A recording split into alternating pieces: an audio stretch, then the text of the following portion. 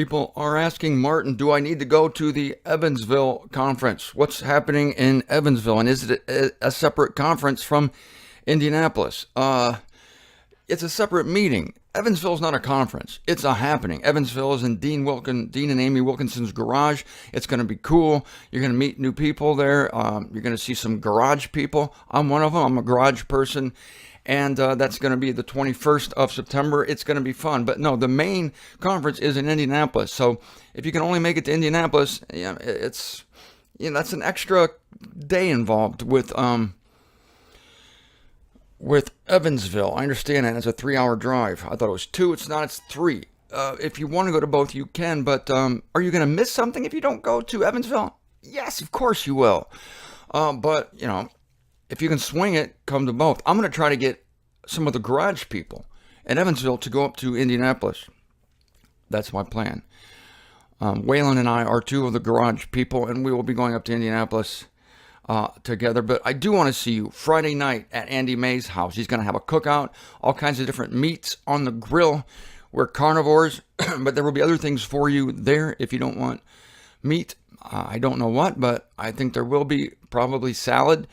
And we're going to have some wine, some whiskey, and Waylon and I like to smoke an occasional cigar. I would love to join you for a cigar. You don't have to like cigars to smoke them. I don't. I smoke them because it's a happening. This is Martin Zender. You're at the Revelation series. Now, I told you I was going to explain to you this Lo Ami business at the same place where Israel's called not my people. There, they are called the children of God. This concerns a poor guy named Hosea, who was told by God to take a prostitute as a wife. I think that would be bad. The sex might be good. I don't know. Prostitute would probably know a bunch of tricks. But still, I don't think that would be... I think that was a sacrifice. I think that Hosea couldn't believe what he was hearing. God says to him, if anybody thinks, God hates prostitutes, God says to Hosea, go take for yourself a wife of prostitutions and children of prostitutions. For the land has been committing prostitution. Yea, prostitution. He had to say it twice. He says it 4 times. The word prostitution appears in chapter 1 of Hosea about 49 times. So he went and took Gomer. It's a heck of a name for a prostitute. The daughter of Diblaim. And she became pregnant and bore for him a son. Call his name Jezreel. This is a lot of trouble to make a point. God's just making a point. He could have done a PowerPoint presentation, but no. I keep telling you about God, and I wouldn't do it this way. I would simply tell you, but no. It's not good enough. God has these drawn out, real time, real life, flesh and blood, sweat, and tears demonstrations. And so Hosea becomes a demonstration by marrying prostitutes. And then God names them. The children, the prostitutes already had names like Gomer. And probably Barney. And probably Andy. And probably Floyd. Yahweh said to him, call his name Jezreel. That is the kid. For in a little while, I will visit the blood of Jezreel on the house of Jeru. He could have said, God could have, I will visit the blood of Jezreel on the house of Jeru. No, he has to have a kid by that name. God goes to a lot of trouble. Let me get to the point. Then she became pregnant again and bore a daughter. And God said to Hosea, call her name Lo Ruhamah. For I shall not continue further to have compassion on the house of Israel. This is for a time. This is for a season. Yet on the house of Judah I shall have compassion. I'm pointing out the differences here also between the house of Israel and the house of Judah. She weaned Lo Ruhamah. That's interesting. Glad to know that. And she became pregnant again, naturally, and bore a son. Then he said, call his name Lo Ami. Here's the famous Lo Ami. For you are not my people. That's what that name means. You are not my people. I am not your, I am becoming. And God's always developing. He calls himself, I am becoming. He can call himself anything he wants to, and he can do anything he wants to. He's God. And in the end, we just have to bow down to these things that he does and say, he's God, you're God, God, and we're not God. And so I would not recommend that we, tell or take wife of, never mind. Yet the number of the sons of Israel will become as the sand of the sea, which cannot be measured nor numbered. It will be in the place. And now I'm finally going to do it. I'm going to go to the two sticks. It will be in the place where it was said to them, not my people are you. It shall be said to them, sons of the living El, in the same place. So you see, these people haven't changed. They haven't changed location. They haven't changed character. They're the same people. You're not my people until the day you are my people. Not my people. It shall be said to them. To them. It's not a different people. It's not like the replacement theologists tell us that God was done with that people and now he has a different people. And he's calling them, I am with you. He is calling them sons of the living El. No, he's calling the same people who are not his people. So this one passage blows up replacement theology, blows up the spiritual Israel crowd. Oh, we're spiritual Israelites. We're better Israelites. No, Israel is spiritual as heck, even when I was going to say even when she's in this low Ami state, even when she's in this not my people state, but that's not true. She is soulish. She's full of prostitutions. She's going after, prostitution is really taking your energy and dedicating it to an unclean thing, dedicating it to an illegal thing. I'll say it that way, an illegal thing. And so Israel constantly did this. They weren't satisfied with their El, their God, their provider, their placer, their El Shaddai, the breasted one, the one who fed them in the wilderness and took care of them and comforted them even. No, they had to have other gods. So they went and found other gods, and God called it prostitution. So anyway, it shall be said to them, sons of the living El. And look at this, verse 11 of poor Hosea. It's my name for the guy from now on. Chapter 1, the sons of Judah and the sons of Israel will be convened together. This event that I also read to you from Jeremiah 3, I'm not going to go back there because I'd have to close this and open it up because I don't know how to do this stuff at the same time. I don't know. I got problems. The sons of Judah and the sons of Israel will be convened together. They will place one head over them, and they will go up from the land. For great is the day of Jezreel. Jezreel, yeah, that's enough. Verse 2, and of her adulteries from between her breasts. God just goes all out here. Now, I'm going to go to Jeremiah. No, I'm not. I'm going to go to Ezekiel 37 verses 15 through 28, and I'm going to show you finally the houses reunited. There was a civil war after the days of Solomon. God split the kingdom, and I'm going to tell you why he did that. Because he wanted much of Israel out of the land before Jesus Christ came. This is my teaching. And so he had the house of Israel, which split from the house of Judah. They said, oh, we want a competing tabernacle. We think we're better. We're 10 tribes. You're only 2. You stay in Jerusalem. We're going to do a new thing. Yeah, we're going to branch out. We're going to have a branch office up in Samaria. And it's a competing thing. And it was not right, but God inspired it. So God purposely did it. It was a sin, but if you look at it in the relative viewpoint, in the absolute viewpoint, God absolute viewpoint, he wanted this to happen. So he sends 10 tribes north to Samaria. He keeps 2 tribes like Benjamin and Levi and parts of another tribe. It's a bit of a admixture, but he kept them in Jerusalem. Now, to review again, the northern tribes were eventually captured and they went to Assyria. The southern tribes, years later, they went to Babylon.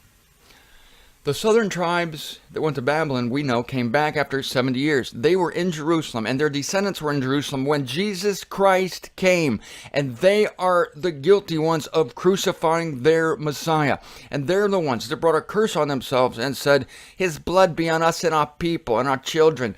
Ooh, that was a big mistake. Now, the house of Israel that went into captivity by the hand of the Assyrians, they never returned to the land. This is where you get the fabled lost 10 tribes. They were scattered among every nation of the earth. But the important thing is they were not in Jerusalem when Jesus Christ was there. They are not guilty of the blood of Christ. They're gone. They weren't there. So these are the people who are carrying at least the scriptures, even though they're misappropriating it, misapplying it, using it to condemn other people. I'll give them this. They're selling the Bible.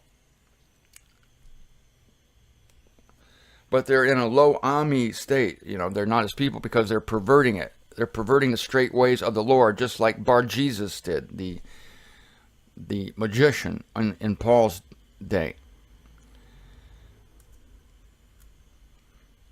But there is hope for them, but this has nothing to do with hope.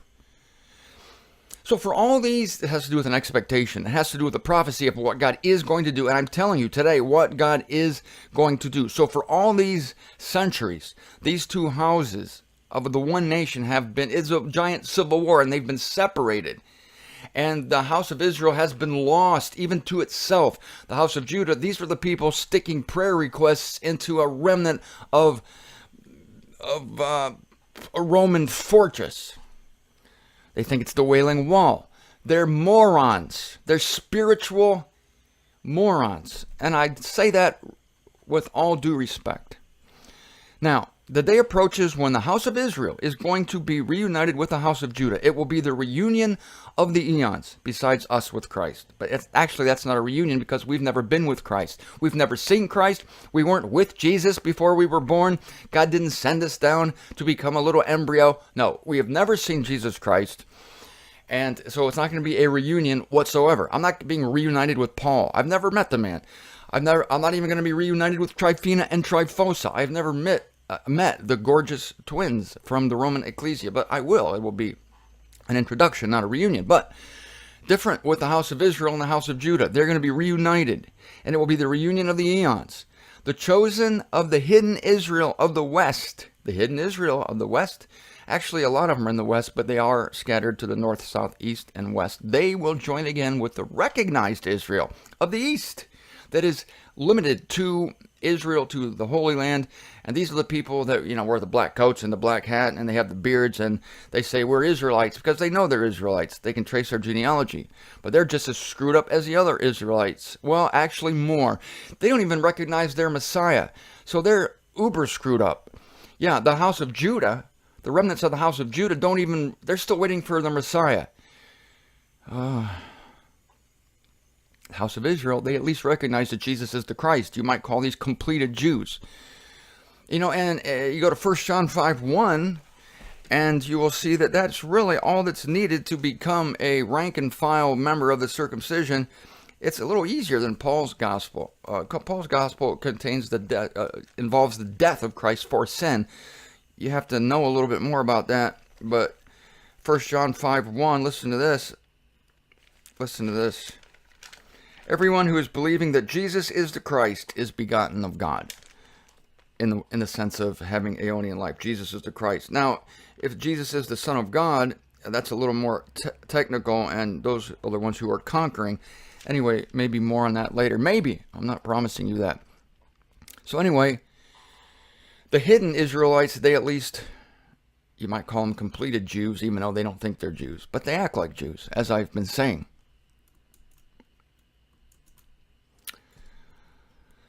The West, the hidden house of Israel will be joined with the recognized Israel of the East to partake jointly in the new covenant of God, supernaturally filled with the Spirit to fulfill the destiny that was first whispered to their common forefather Abraham. Once again, God grants Ezekiel the honor of describing this phenomenon. This is the same chapter where he prophesied to the valley of dry bones. Now, this is from Ezekiel 37, verses 15 through 28. Here's what the church people subconsciously long for. The remnant pines consciously for it. Remember, the church people are in a state of mania. They're out there doing wonders, doing works, all wrong, all wrong, all wrong. Some are going to be called, one or two are going to be called from there, and they're going to be awakened. The remnant already is awakened. They're already aware something's going on. So they pine consciously for this reunion with their brothers, the two houses of Israel. I'm telling you, these houses have been separated since Solomon. That's how long this feud is, this civil war is. It's no longer a feud like the Hatfields and the McCoys because they can't shoot each other because they don't even know where they are. Anyway, this is Ezekiel 37, verses 15 through 28. I'm probably not going to get through this. I'll have to save it for tomorrow, the end of the week. The word of the Lord came again to me, saying, And you, son of man, take for yourself one stick. Here's God doing this example thing. He just can't tell you. He's got to take a stick, take another stick. It's very simple, really. Sunday school pictures, helpful. I do admit I like these illustrations.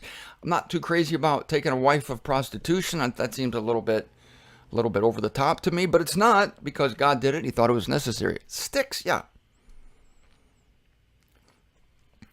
Take for yourself one stick and write on it, for Judah and for the sons of Israel, his companions. Okay, that's kind of a large stick. He wrote on it with ink, I'm assuming.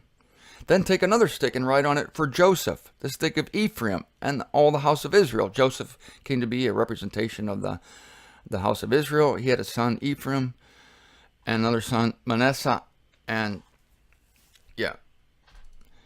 all the house of Israel, his companions. Then, verse 17, join them for yourself, that is, for Judah, and then another stick for the house of Israel. Join them for yourself, one to another.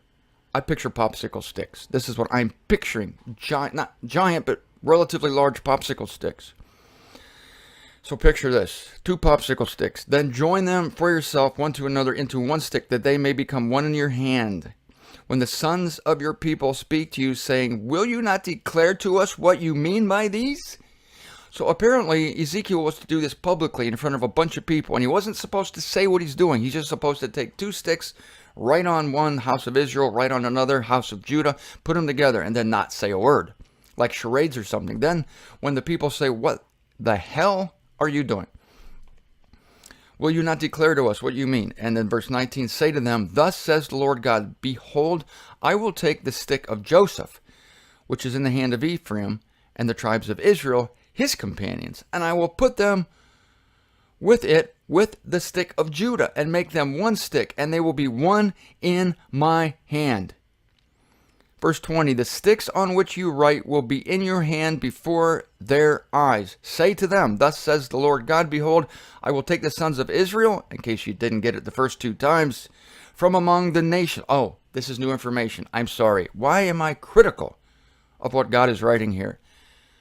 I am evidence, ladies and gentlemen, that God is conciliated to the world. If not, I'm evidence that Jesus Christ saved me in my worst condition, and that God looks at me as he looks at Jesus Christ, because I have been struck by lightning. I'm sitting here telling you how I would edit this. It's ridiculous. Well, who the hell do I think I am? Anyway, say to them, thus says the Lord God, behold, I will take the sons of Israel from among the nations where they have gone, and I will gather them from every side. This corresponds so perfectly with Jeremiah chapter 3, and Isaiah 43. I will bring them from the north, south, east, west. Behold, I will take the sons of Israel from among the nations where they have gone. I will gather them from every side and bring them into their own land. And I will make them one nation in the land on the mountains of Israel, and one king will be king for all of them. And they will no longer be 2 nations, and no longer be divided into 2 kingdoms. They will no longer defile themselves with their idols, their churches, their crucifixes, their statues of Mary, their free will doctrine, their eternal torment doctrine, their teachers they heap up in accord with their own desires. Those are their idols. They will no longer defile themselves with their idols or with their detestable things. All these things I mentioned are detestable. Their frickin' churches, their statues, their rosaries. And I'm not just picking on the Catholics here. Their Billy Grahams, their stadium rallies, their prosperity teachings. They will no longer defile themselves with these things, with these detestable things, with any of their transgressions. How do they transgress? They blaspheme the name of God among all the nations. But I will deliver them from all their dwelling places in which they have sinned, and will cleanse them, and they will be my people, and I will be their God. Now we're going back to Lo Ami, and the exact same place with the exact same people that he said, you're not my people, there will be the children of God. Verse 24, my servant David will be king over them. I told you, David's rising from the dead. David is going to rise from the dead, and he's going to be king over them. Where? In Zion, the same place the guy lived when he was alive on earth. Same place. He's coming back to his hometown. And they will all have one shepherd, and they will walk in my ordinances and keep my statutes and observe them. They will live on the land that I gave Jacob my servant, and it will not be any other land in which your fathers lived, and they will live on it, they and their sons' sons, for the eon. That is the kingdom eon, the 1,000 years. And David, my servant, will be their prince for the eon. I will make a covenant of peace with them. It will be an aeonian covenant with them. And I will place them and multiply them. And I will set my sanctuary in their midst. This is the temple Ezekiel talks about in chapter 44, I believe it is, for the eon. For the eon, not forever. It's not forever. The King James says, I will place my temple in them forever. No, it's ridiculous. It's for the eon, singular, because forever and ever means that there will always be a temple. There will always be in subjection. There will always be this distance between God and man. Even in the kingdom, there's going to be a bit of a distance between God and humanity. This situation is intolerable forever and ever because it's going to give way to God becoming all in all, at which time, 1 Corinthians 15:28, there is no more need for rule. There is no more need for a temple system. There is no more need for a priesthood. A priesthood presupposes distance between the human beings on earth, or wherever they are, and God, because you need an intermediary. This is deplorable for eternity. It's acceptable for the eon, and that's what we're talking about here. I'm reading from the concordant version of the Old Testament. Verse 27, my dwelling place also will be with them, and I will be their God, and they will be my people. This is prophecy. It's not like, I hope you're going to be my people. I hope you'll accept me as your God. Please, please.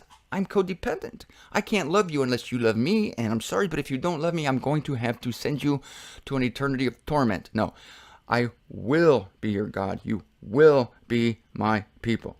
This kind of eliminates human free will as a viable teaching. Verse 28, and the nations will know that I am the Lord who sanctifies Israel when my sanctuary is in their midst for the eon. Yeah, when my sanctuary is in their midst for the eon, then the nations will know that the whole time I've been on it. I've just been putting them on the back burner because I'm doing a new thing with the body of Christ. I've been on it the whole time. And don't worry about it, people. But I want to end with this. I'm going way long here. But this whole thing is, it's Israel, the house of Israel. See, you notice he doesn't say in here that the house of Judah has been scattered among all the nations. He says, say to the house of Israel, I will take the sons of Israel from among the nations where they have gone, and I will gather them from every side, bring them into their own land. That's the house of Israel. So, house of Judah is in the land right now. God put them there, but he's going to expel many of them because they're a bunch of fakers. They're doofuses. They don't even recognize their Messiah. But again, this is God's doing as well. And I really do honor God for what he does. I get funny sometimes. I go, well, I wouldn't have written it that way. But of course, I don't really believe that. I don't know what. But I honor God for telling Hosea to take a wife of prostitution. Sure. Why not? You want to make a demonstration with 2 sickle sticks? Have at it. Yeah. You want to kill the entire population of the earth except for 8 people? You're God. I'm not. Go for it. You want to elongate things for 6,000 years before you complete it, bring everything to completion? You're God. I'm not. So, I bow down before the wisdom of God continuously. And in those areas where I don't, in those areas where I have doubts, in those areas where I'm still, dumb old Martin Zender, may God help my unbelief.